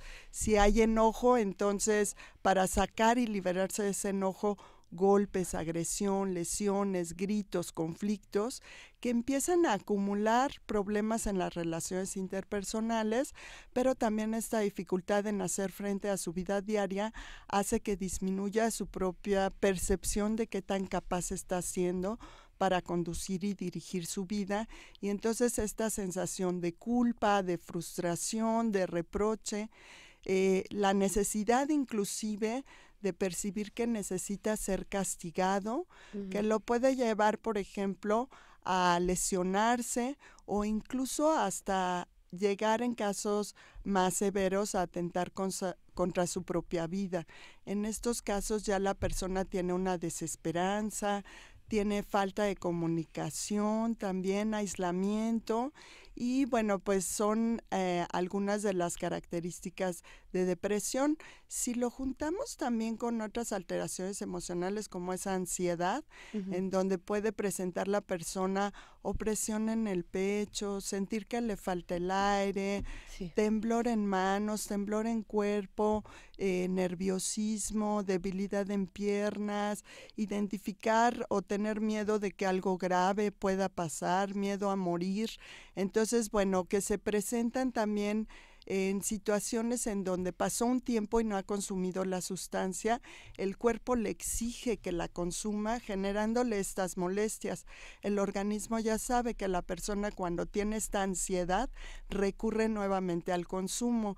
Entonces es pues también el medio del organismo que necesita la sustancia para conseguirla.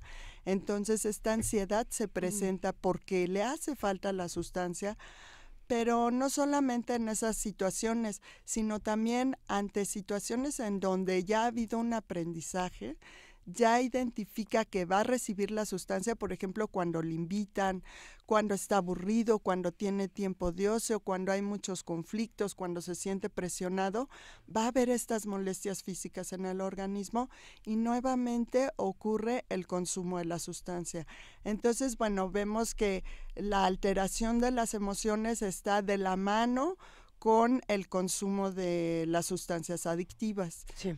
Y bueno, pues en Facultad de Psicología de la UNAM, en nuestros programas de intervención, que como dice la doctora Medina Mora, es importante el personalizar el tratamiento, hacérselo específico para cada persona, qué situaciones son las que están asociadas al consumo, qué tipo de malestar emocional presenta, y al hacer la evaluación de los riesgos que lo llevan al consumo, unas de las situaciones que mayormente antecedían el consumo fueron precisamente emociones desagradables y también emociones agradables. Y entonces se incorporó en el tratamiento de intervención que se enfoca para usuarios que tienen trastornos por consumo moderado y grave, el componente que tiene que ver manejo emocional. Okay. ¿Qué diferencia hay entre una emoción y un sentimiento? Digamos, la emoción, ¿qué es lo que con el manejo conductual, lo más evidente, pero es interesante entenderlo porque el abordaje es desde muchos frentes, ¿no? Así es, hay que trabajar, como usted dice, en esa reacción conductual que tiene que ver con la emoción, ¿verdad? Que es esa respuesta automática, pero también este sentimiento, cómo lo etiqueta la persona, cómo lo reconoce, qué identificación tiene de me siento alegre, me siento solo, me siento rechazado, me siento frustrado, cómo lo está entendiendo ante esos cambios que está presentando en su organismo, cómo lo interpreta, ese sería ya lo que es específicamente el sentimiento. Y bueno, en la intervención hay que trabajar tanto con esa emoción inmediata, ¿verdad? Porque esa emoción inmediata puede estar vinculada directamente al consumo de la sustancia. Cuando el individuo dice, no sé qué me ocurrió, pero cuando me di cuenta ya estaba yo consumiendo, ¿verdad? Ese sentimiento de vacío muchas veces en el estómago, pero ese sentimiento de esa sudoración en las manos o ese sentimiento de inquietud, ¿verdad? Esa respuesta que tiene que ver con presentar el consumo ante ese malestar físico. Y por otro lado, también trabajar en cómo lo está entendiendo la persona, de tal manera que ante ese tipo de situaciones podamos trabajar también con esas ideas y poder entender esas situaciones que le están afectando para favorecer el cambio de esos sentimientos y que puedan generarse esas otras opciones de tener conductas o actividades alternativas que sí le permitan resolver el conflicto o la situación difícil y encontrar salidas, encontrar soluciones que no tengan que ver con consumo de la sustancia.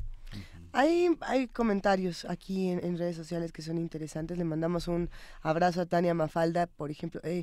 Trataré de resumir un poco lo que dice porque son 2 tweets que son largos, pero bueno, habla del consumo de drogas legales con el consumo de drogas ilegales, todo esto entrecomillado por el tipo de sustancia y demás, ¿no? Algunas con efectos positivos, personas que consumen drogas como la marihuana, por ejemplo, que presentan efectos mucho más positivos que personas que consumen alcohol, que consumen tabaco, que consumen azúcar, aquí también pone televisión, Facebook, etcétera, es decir, todas estas conductas adictivas que sí son legales contra las que no son legales y sus efectos. ¿Hay algo que podamos decir sobre todos estos temas, querida Lidia? Sí, yo creo que hay un punto importante que señalar. El hecho de que sean drogas legales no tiene que ver con que no se presenten estas alteraciones o estas consecuencias que afecten tanto la salud física, pero como ya mencionamos, pues la salud emocional, todos tenemos derecho a tener el mayor bienestar emocional posible y es importante que al identificar que esto ya no está ocurriendo, que sí asistamos a solicitar la atención, hacer una evaluación personalizada de qué tanto, aunque sea una droga legal, me puede estar afectando. Y bueno, tenemos acá los datos recientemente publicados ya de la ENCODAT, en donde precisamente son las mujeres y son inclusive las mujeres adolescentes quienes triplicaron el consumo, por ejemplo, de marihuana, que es una... Mujeres adolescentes. Exactamente, okay. ¿Verdad? El consumo en donde el que se esté comentando sobre efectos positivos, ¿verdad? O el comentar sobre este uso que se le puede dar, que es precisamente no la marihuana en sí. Hay una distorsión muchas veces en la información que se tiene al respecto, sino es algún ingrediente de la sustancia que se extrae y se trabaja en el laboratorio para generar ese efecto o esa utilidad, y no es el consumo de la marihuana en sí. Es el caso, por ejemplo, de las investigaciones que se realizaron con LSD, donde se encontraron respuestas muy positivas en términos de curar la depresión o curar ciertos trastornos de depresión desde la universidad. Ahora decimos desde qué universidad. No es el consumo de una droga, sino el trabajo con una sustancia en específico.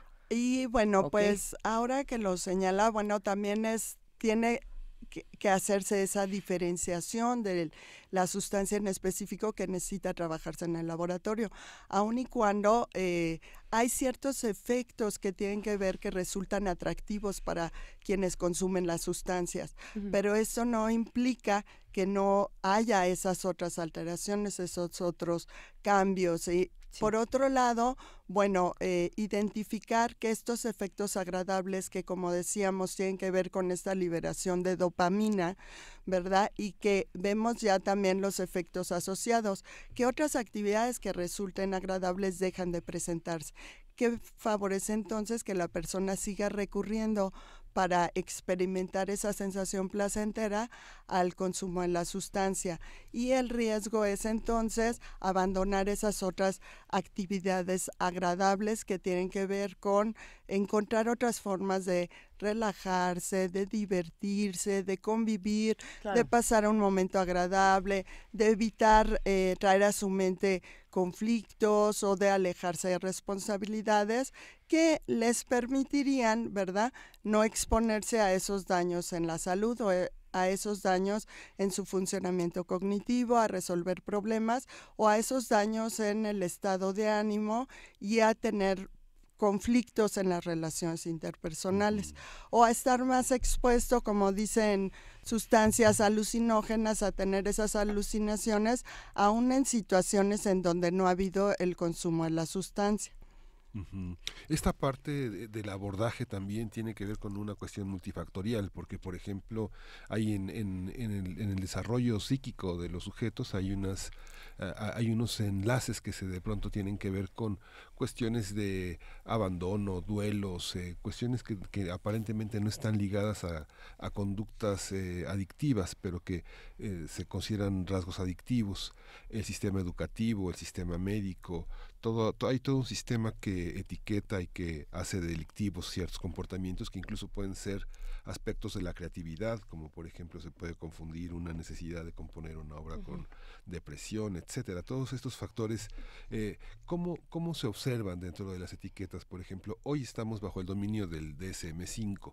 El DSM-5 es un tratado, es un manual de tratamiento de las enfermedades mentales que ya superó el 4 y superó por supuesto el 3, donde la homosexualidad incluso era considerada como una patología, ¿no? Hoy ciertos comportamientos. ¿Cómo enfrentar esa parte? Hay muchos pacientes que han desarrollado una adicción por un tratamiento de medicamentos para en el caso de los niños, la hiperactividad, o que presentan somnolencia, o que presentan agresividad, personas que pueden tener diabetes, o que justamente por los tratamientos con cáncer consumen sustancias para aligerar el dolor, pero que tienen un efecto sobre el ánimo. ¿Cómo funciona toda esta parte en una clínica que trata de tener un balance entre la adicción, la disfuncionalidad y un manejo de uno mismo? Es importante, como bien lo señala, en la parte de evaluación del usuario identificar todos esos factores. ¿Qué es lo que está antecediendo a que se haya iniciado el consumo de la sustancia? Y a que se haya iniciado también un consumo excesivo de la sustancia, de tal manera de que sí se pueda dar un tratamiento cuando así se requiere el caso que sea integral. ¿Por qué? Porque si no se da ese tratamiento integral, entonces se está dando un tratamiento incompleto. Esto tendrá que ver con resultados poco eficaces en cuanto a la mejoría o a la rehabilitación. Por ejemplo, el no detectar un problema de depresión que puede tener que ver con lo que usted señala, de pérdidas, de muertes de seres cercanos, de seres queridos, el encontrar un padecimiento físico que puede tener que ver con iniciar consumo de sustancias y no apegarse a dosis o a una prescripción, entonces es importante de atenderlo. Por eso es necesario detectarlo, porque si no, ¿qué va a ocurrir? Va a haber periodos de menor duración en donde se logre dejar la sustancia, recaídas, ¿verdad? Y por otro lado, periodos de abstinencia en donde no hay una satisfacción, no hay un disfrutar las actividades, no hay un superarse, no hay un alcanzar metas que lleven a la persona a darse cuenta de que la vida en abstinencia le va a permitir sentirse a gusto, estar satisfecha, superarse, tener mejorías en resolver problemas, tener mejorías en comunicarse, en relacionarse con otras personas y que la calidad de la vida de la persona pueda en efecto ser satisfactoria, pero sí sería necesario atender todas este tipo de situaciones. Por lo tanto, en la clínica, en la evaluación, identificamos si es necesario un tratamiento simultáneo al psicológico que se está impartiendo, en donde el trabajo del psiquiatra fuese necesario, por ejemplo, o un tratamiento integral en donde el equipo de trabajo pueda tener cercanía con el caso y en forma grupal e interdisciplinaria atender las necesidades del usuario. Es decir, es que ahí entramos en un dilema que me parece interesante. Yo tengo una adicción, voy a un psiquiatra para que me ayude y la ayuda es un tratamiento farmacológico. En algunos casos también viene un acompañamiento psicológico que me parece que es fundamental, pero entonces estamos cambiando, digamos, una sustancia por otra sustancia. ¿Y cómo hacemos para que no sea ahora sí que te cambio la pala por el bat, sino que tengamos realmente un cuerpo libre de sustancias? Si es que eso se puede, porque todo lo que tenemos a nuestro alrededor, el café, el teléfono, la pluma, el cigarro, lotería, en fin, tenemos tantas cosas que no sabemos cómo podemos estar sin todas ellas. ¿Qué hacemos con eso? Claro, sí, efectivamente es necesario ponerse en manos de profesionales, ponerse en manos de especialistas, en psiquiatría, incluso psiquiatras que puedan tener esta especialidad, ¿verdad?, en comportamiento adictivo.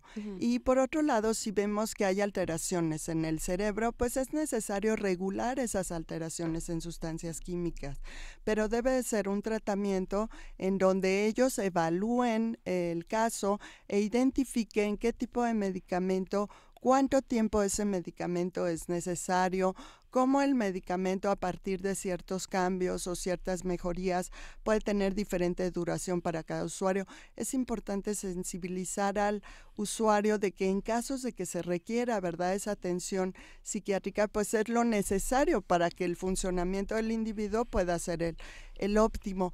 Pero sí es importante también el poder hacer uso y apego a la prescripción que se le esté señalando, y cualquier duda sobre no obtuve los resultados que yo identificaba, claro, me estoy sintiendo mal por medicamento, asistir con el profesional y ser con él con quien se aclaren esas dudas para que él pueda considerar qué cambios o qué necesidades se tienen.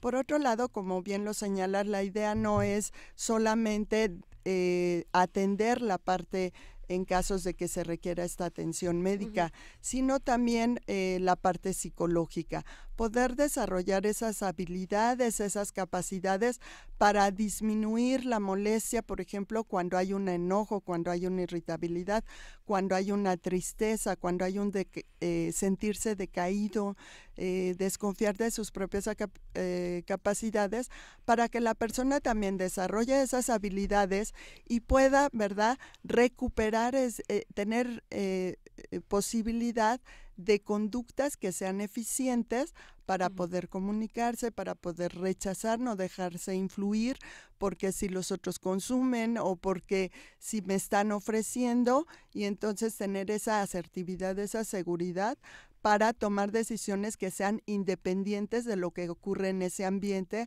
aun y cuando otros puedan estar consumiendo. Esto no implica que a mí yo necesite consumir y que no me va a afectar. Sí. Ahí está el riesgo, y la información que tenga la persona sobre los cambios es indispensable para su toma de decisiones. Esta parte, bueno, estamos en una fecha en la que mucha gente va a ir a jurar mañana, la gente que cree que es católica va a ir a jurar mañana de que no va a tomar.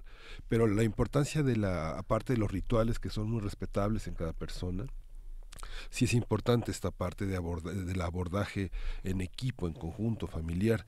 Hay un tema que justamente en el seminario del Colegio Nacional de Emociones y Drogas se trató, el no tener temor de la recaída. Uno puede recaer todas las veces que sean necesarias y reiniciar el tratamiento. Antes había un prejuicio en el tema de la recaída, una presión social. Sí, si recaes eres débil, ¿no? De inmediato. Hay que recaer todas las veces que sea necesario. ¿Cómo abordar esto desde una...? Exactamente, bueno, pues el proceso de recuperación varía de un individuo al otro, cuántas recaídas puede tener el individuo y el de trabajarlas, el que el usuario identifique y acepte que esto puede ser parte de esa recuperación. El que haya una recaída no implica que los logros que se hayan alcanzado no fueron en vano, al contrario, ¿verdad? Ya se permitió darse cuenta de que sí hay un avance y ese avance, bueno, enfrenta una dificultad, un obstáculo.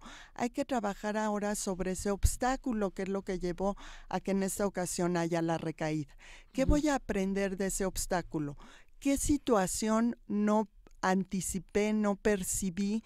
¿Qué conducta me faltó llevar a cabo? ¿Qué conducta a lo mejor no la llevé a cabo en forma conveniente? ¿Qué situación me resultó sorpresiva en ese momento? ¿Qué tuvo que ver con que me sintiera menos seguro para mantener mi firmeza en seguir alejándome del consumo? Sí. Esta es la posibilidad de aprender y de superarse. Son esas situaciones en donde habrá que trabajarlas, habrá que reconocer que algo se necesita todavía trabajar y se necesita mejorar todavía en forma conveniente y entonces este reconocimiento es la posibilidad de mayor aprendizaje y también como señala la parte de cómo afecta a quienes lo rodean, ¿verdad? Que la información también la tengan los familiares de tal manera que también ellos puedan identificar ese proceso de mejora. Ya había logrado un tiempo sin consumo y eso le permitió ya recuperarse y aprender en ese tiempo en el que ya pudo estar expuesto a enojos, a pérdidas, a conflictos, ¿verdad? Y entonces ahora es parte de continuar con ese trabajo de atención, con ese trabajo terapéutico para propiciar que siga recibiendo la atención. Pero como también esto afecta las emociones también de los familiares y entonces, bueno, pues ya nos lo señala nuestra norma de que también son los familiares quienes necesitan recibir ese apoyo, esa atención para su propio bienestar y que haya en familia, haya en casa un ambiente favorable, ¿verdad? En donde se propicie la convivencia, las actividades conjuntas y esto pueda permitir al usuario sentirse a gusto, sentirse satisfecho, pasar alegrías en familia y evitar salir con los consumidores, amigos, para encontrar esos momentos agradables, para tener un lugar, una estructura, para ser reconocido, para ser tomado en cuenta y que pueda posibilitarse esta situación también en el ámbito familiar. A ver, ¿por qué pasa también cuando de pronto digo, es que todos mis amigos, no es el caso, antes de que los de Primer Movimiento digan, no, ¿yo por qué? Pero una persona que es que todas las personas con las que me relaciono forman parte de estos círculos adictivos. Y si le dejo de hablar a todos, no tengo ninguna red de apoyo, porque me siento absolutamente solo. Y no es desamparado, pero no tengo ni siquiera los elementos para formar nuevas redes, porque estoy en un proceso de rehabilitación. Desde la parte psicológica, que se antoja mucho este tema para seguirlo discutiendo. ¿Qué se hace? ¿Dónde se buscan nuevas redes de apoyo cuando todo tu círculo social es adictivo? De una u otra manera, porque las adicciones son 1000. Ese son obstáculos, es este pensamiento, esta inseguridad que presenta el usuario. No voy a poder, no tengo a quién recurrir, todos mis amigos consumen. Él está identificando las barreras o las dificultades que se le van a presentar al momento de tener esta determinación de hacer un cambio. Y bueno, ciertamente el poder avanzar en ese trastorno de consumo lo lleva precisamente a irse quedando con los amigos de consumo, porque ahí es donde se comparte este momento en el que coinciden de consumo, claro, y se va alejando de personas que no consumen. Es decir, va rompiendo lazos con esas personas o con ese ambiente social en donde las personas tienen otros hábitos de no consumo, hábitos saludables. Entonces, bueno, se trata de identificar en qué momento, ¿verdad?, el necesitar alejarme, si es lo que me va a permitir cuidarme, si es lo que me va a permitir evitar todas estas molestias físicas, el sentirme decaído, el perder el control, y puede ser necesario evitarse en esa situación. Por otro lado, puede trabajarse también en qué tanto puede haber una convivencia que esté alejada del consumo, para realizar otras actividades que tengan que ver inclusive con hábitos saludables, salir a caminar, salir a platicar, salir a pasear, en donde puede apoyarse esas otro tipo de actividades y puede identificar con quiénes sí cuenta para esta decisión en donde se respete por parte de esas personas consumidoras su decisión de no consumo, o en qué casos puede iniciar otras actividades que ya había dejado de tener, qué actividades antes de iniciarse en el consumo realizaba que le hacían sentirse a gusto, distraerse, que ha dejado de tener al día de hoy, y las actividades hoy en día son de consumo. Ciertamente al día de hoy habría poca posibilidad con esas personas que consumen de socializar sin el consumo, pero puede haber personas que sí apoyen su decisión de no consumir.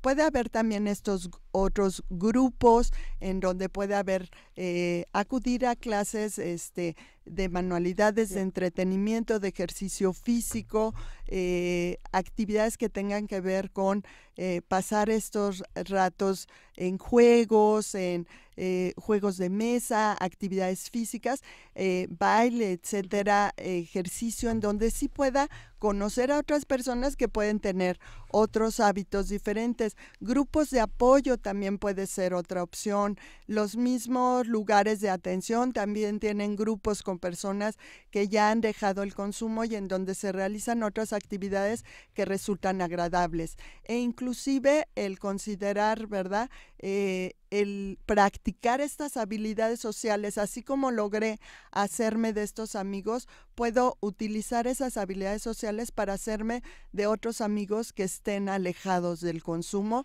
y acercarme a otros ambientes que no impliquen ambientes de consumo. Bien. O actividades de noche o de consumir para divertir. Hay una parte, aprovecho a comentar, en la parte de medicina a distancia de la Secretaría de Salud de la Ciudad de México, hay un programa muy interesante, porque bueno, con Fundación Oceánica hicieron una cuestión ambulatoria para hacer un diagnóstico con profesionales que no implica un internamiento y que implica un acercamiento con la terapia familiar, con la parte familiar. Sí. Sabemos que hay muchas familias que necesitan, y son teorías que vienen, bueno, de la antropología, del psicoanálisis, que necesitan un transgresor, necesitan un adicto, necesitan alguien que armonice a través de un señalamiento y de un linchamiento en el que permanentemente se le señala como alguien fracasado, como alguien que se aísla, como alguien que no puede salir adelante y que estabiliza a la familia.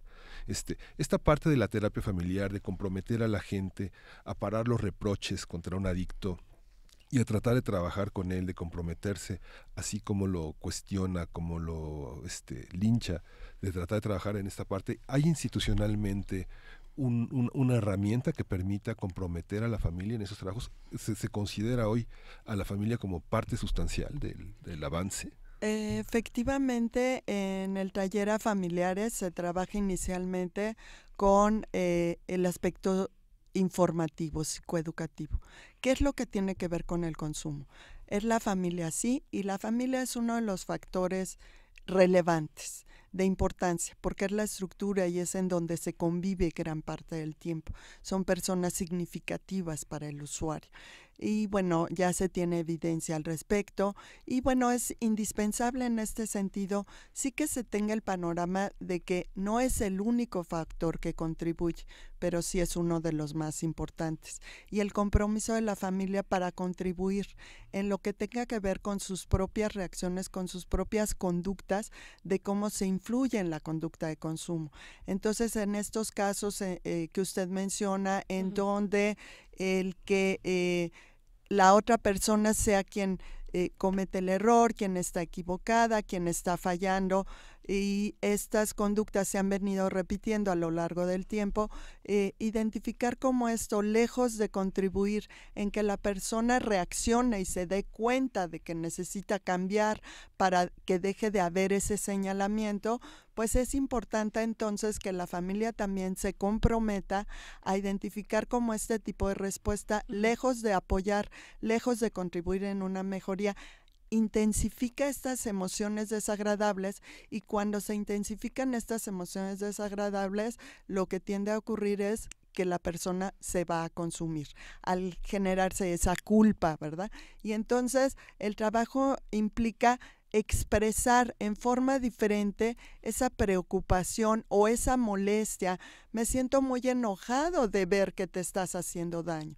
Es importante para que tú dejes de tener ese mal humor, esa molestia, esa desesperación, que puedas atenderte. Formas de expresar el enojo que ellos también están sintiendo ante esta situación de que la otra persona se está dañando.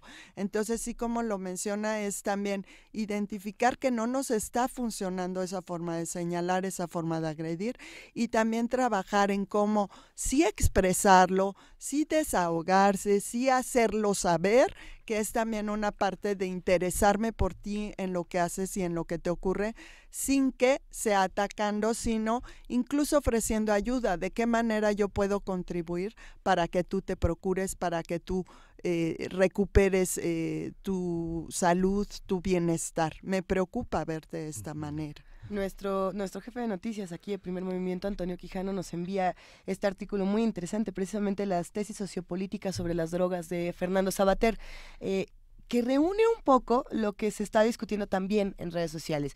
No sé, cuando hablamos de drogas, hablamos de la parte psicológica, pero también hablamos de la parte de antropológica, histórica de las sociedades en nuestro país, el uso de la ayahuasca, el uso del peyote, el uso de los hongos alucinógenos, en fin, ha despertado toda una serie de manifestaciones, tanto artísticas como sociales. También se habla en esta tesis sociopolítica de lo que significaría prohibir las drogas, y Savater dice, bueno, prohibir las drogas es como prohibir la pornografía o la heterodoxia. Y así pasa por muchas partes, ¿no? que son muy interesantes para un debate como este. Cuando hablamos particularmente de la parte psicológica, que toca esta parte, pero también trata de enfocarse a la salud del ser humano, no podemos separarnos de la salud pública, justamente, que es algo que también se toca en esta tesis. La salud pública o ¿qué pasa en nuestro país? ¿Quién promueve que las adicciones estén o no estén? Por aquí ya nos escribieron algunos y nos dicen qué opinan de las granjas, qué opinan de Oceánica, qué opinan de rehabilitación, qué opinan de que el gobierno da o no da tratamientos gratuitos, qué opinan de mil y un cosas. ¿Cómo entra la salud pública en una discusión psicológica, querida Lidia? Claro, las consecuencias severas asociadas al consumo tienen que ver con que esta problemática se ponga en la mesa como un problema de salud pública, ¿verdad? Y entonces, bueno, sí, ciertamente identificar qué efectos tiene el consumo de la sustancia que permita tener esa información, y cómo ciertos atractivos como los que se han señalado, la creatividad, el alucinar y ver cosas que no están presentes en la realidad, el que los otros consuman, el que lo consideren como parte importante de las actividades para pertenecer a un grupo. Entonces, bueno, hay elementos, factores sociales, factores que tienen que ver también con difusión de información, que tienen que ver con resaltar algunos aspectos que pueden resultar atractivos para algunas personas, no para otras, ¿verdad? Incluso algunos deciden tener consumo de cierta sustancia porque los efectos justamente son los que me atraen. Generalmente yo vivo agitado, vivo ansioso, pues el sentirme relajado es algo que me puede resultar atractivo. Otra persona diría, bueno, pues eso hace que yo me sienta muy lentificado, esa sensación no me resulta agradable, y entonces, bueno, el de esos atractivos, identificar que hay formas de poder tranquilizarme, de poder relajarme, que no me van a exponer a que cada vez por usar la sustancia voy a tener que estar expuesto a mayores episodios en los que presente esa ansiedad. Entonces, el costo por disminuir un momentito de ansiedad es presentar esa ansiedad de manera recurrente y con mayor intensidad. Por ejemplo, esta situación en donde al día de hoy en el centro nos han llegado usuarios con consumo únicamente de marihuana, en donde han tenido crisis de ansiedad, en donde han tenido un trastorno psicótico por efecto del consumo de la sustancia. Entonces, bueno, identificar que ciertamente hay otras formas que tendrían que ver con evitar todas esta carga de enfermedad. Al día de hoy la depresión es la que a nivel mundial presenta mayor carga de enfermedad y vemos como el consumo de drogas está muy asociado con trastornos depresivos, muy asociado con trastornos de ansiedad.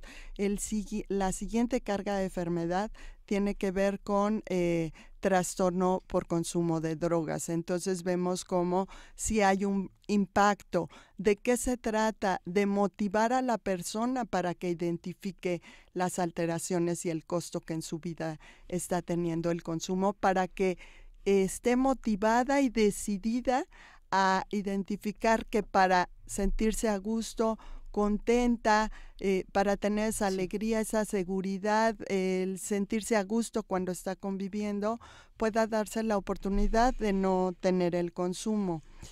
¿Qué tipo de tratamiento? Tratamientos en donde haya una intervención, ¿verdad? Que podamos dar cuenta de que son tratamientos en donde se da un trato digno a las personas, en donde hay una atención incluso profesional o grupos de ayuda en donde no solamente hay el compartir experiencias, ¿verdad? De hora y media, que tienen que ver también con formar parte de un grupo, con socializar y con también recuperar esas redes, ¿verdad?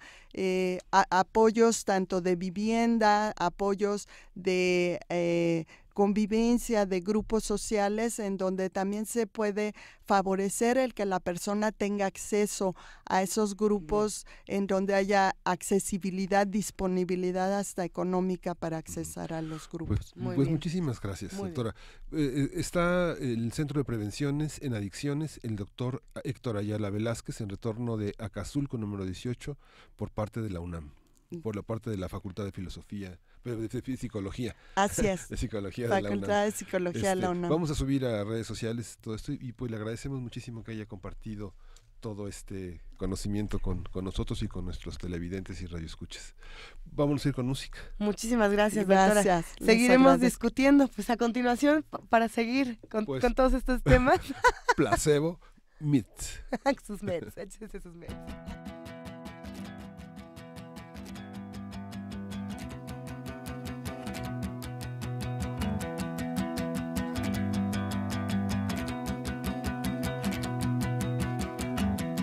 I was alone, falling free, trying my best not to forget what happened to us, what happened to me, what happened as I let it slip.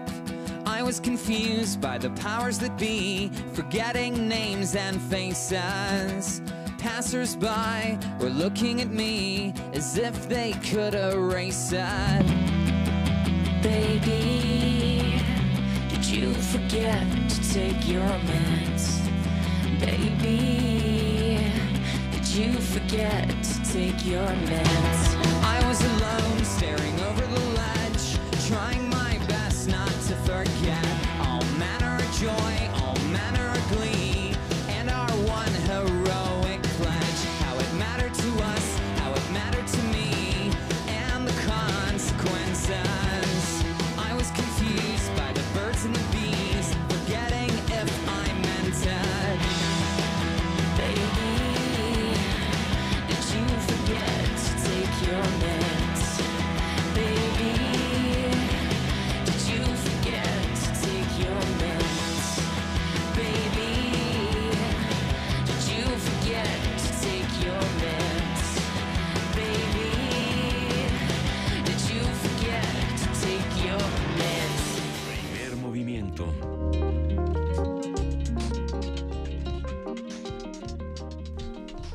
Y bueno, pues mandamos un gran abrazo a todos los que hacen comunidad, a todos los que nos han escrito el día de hoy, a Juan Jaso López, a Miguel Ángel Gemirán, a J. Espinosa, R. Guillermo, Manuel de Fis, Paula Pisano, Margie López, Virna Hernández, El Zarco, por supuesto, Ocupa la Nación, a María Elizondo, a Tania Mafalda, es que alguien nada más se puso, sí, es como muchos comentarios. El tema de las drogas siempre va a generar controversia. Hablado por la academia, hablado por la Facultad de Psicología, no va a ser lo mismo que discutido, por ejemplo, con la Facultad de Filosofía, y no va a ser lo mismo que discutirlo con la Facultad de Ingeniería, y lo mismo con Economía y con Ciencias Políticas. Siempre va a haber muchas discusiones y se puede ir desmenuzando el tema. Vamos a tener que hacer una tercera mesa, yo creo que Miguel Ángel. Sí. Una cuarta y quinta. Sí, es muy importante. Así es. Bueno, nuestra universidad y las universidades del país participan en estos programas de prevención. En este congreso que se hizo de emociones y drogas, se señalaba que la prevención funciona al 100%. ¿La prevención funciona al 100%? Sí. Bueno, pues con esa prevención sí, nos vamos de primer movimiento esta mañana, porque realmente nos quedan como 10 segundos de programa. Mucho que discutir. Participen en la pastorela en @PMovimiento, /Primer Movimiento UNAM. Gracias a todos los que hacen posible esta transmisión, familia de TV UNAM, familia querida de Radio UNAM. Gracias, querido Miguel Ángel. Gracias, Lisa. Nos vamos. Esto fue Primer Movimiento. El mundo desde la universidad. Hasta mañana.